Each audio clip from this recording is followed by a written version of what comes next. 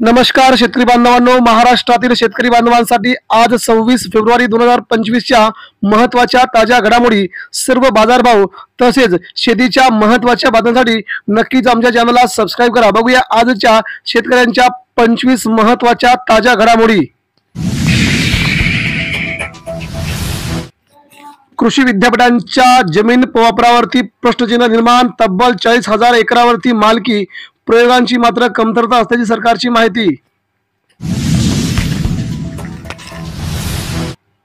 Soybean खरेदीसाठी 13 पर्यंत मुदतवाढीचा केंद्राकडे अखेर सरकारचा प्रस्ताव, अजून 1 महिना वाढ होणार।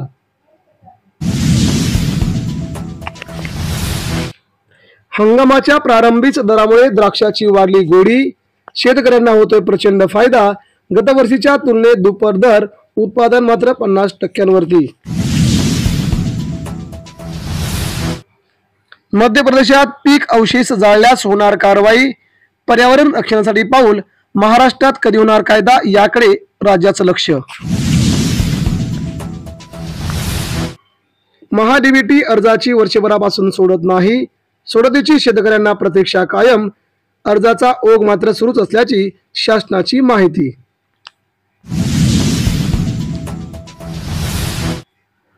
मिंद्री सरकारच्या योजना गुंडाळण्याला यश, शिवभोजन आनंदाचा शिदा बंद करण्याच्या हालचाली, फडणवीस यांचा एकनाथ शिंदेंना मोठा धक्का, राज्यात खळबळ।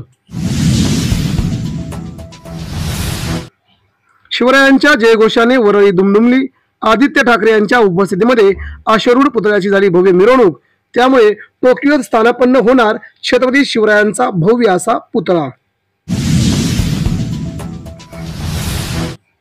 महाराष्ट्राच्या दैवताचा भाजप मतांसाठी वापर करतय, उद्धव ठाकरे यांचा जोरदार हल्ला, छत्रपती शिवाजी महाराज टर्मिनसवरती शिवरायांचा पुतळा कधी उभारणार उद्धव ठाकरे।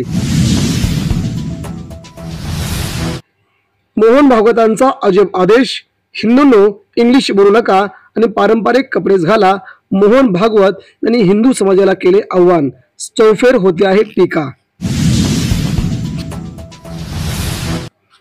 बुरत्याचा पाय खोलात, न्यायालयाचा दणका, घरगुती हिंसाचार प्रकरणात महायुतीचे मंत्री धनंजय मुंडे अखेर दोषी, महाराष्ट्रात धनंजय मुंडे राजीनामा कधी देणार, याकडे लक्ष। राज्यातील शेतकऱ्यांना मोफत पाणंद, शिवरस्ते देणार, बळीराजाची वाट होणार मोकळी, बावनकुळे यांची माहिती। मात्र ही योजना गेली 5 वर्षे कागदावरच असल्याचा शेतकऱ्यांचा निर्वाळा।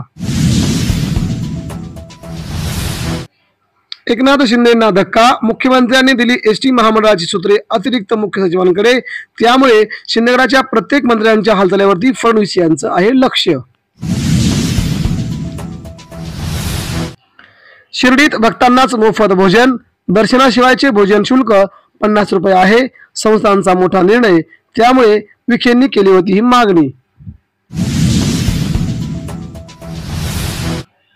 मंत्री प्रताप सरनाईक यांचे स्वप्न अखेर भंगले, परिवहन महामंडळाच्या अध्यक्षपदी अप्पर मुख्य सचिव संजय सेठी यांची केली सरकारने नियुक्ती, शिंदेगडाला भाजपचा पहिला धक्का।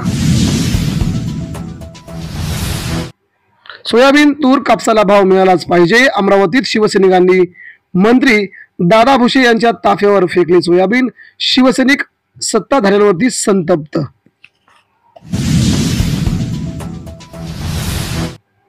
जलस्रोत पुनर्जीवनासाठी शासन BJS यांच्यात करार, महाराष्ट्रामध्ये सर्वात जास्त जलसिंचन उभारा, फडणवीसांचे आदेश।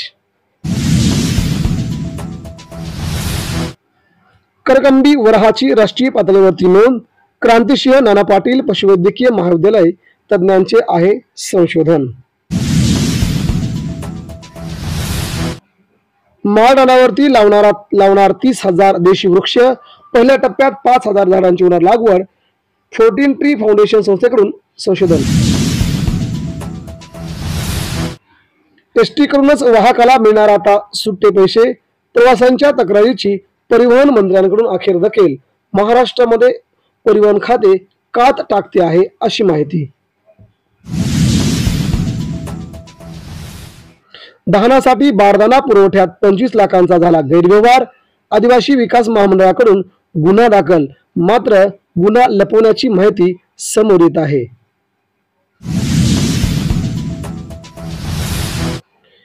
तापमानातील वाढ कायम राहणार. पुढील 8 दिवस महाराष्ट्रात मुंबईसह सगळीकडेच तापमान वाढीचा जोर. 40 पर्यंत तापमान जाण्याची शक्यता वर्तवली जात आहे. काळजी घेण्याचं आव्हान. लाडक्या बहिणींसह इतर योजना सुरूच राहतील एकनाथ शिंदे. मात्र देवेंद्र फडणवीस यांच्याकडून एकनाथ शिंदेंच्या आतापर्यंत 5 योजना झाल्यात बंद. फडणवीस यांनी शिंदेंना दिलेत 5 मोठे धक्के.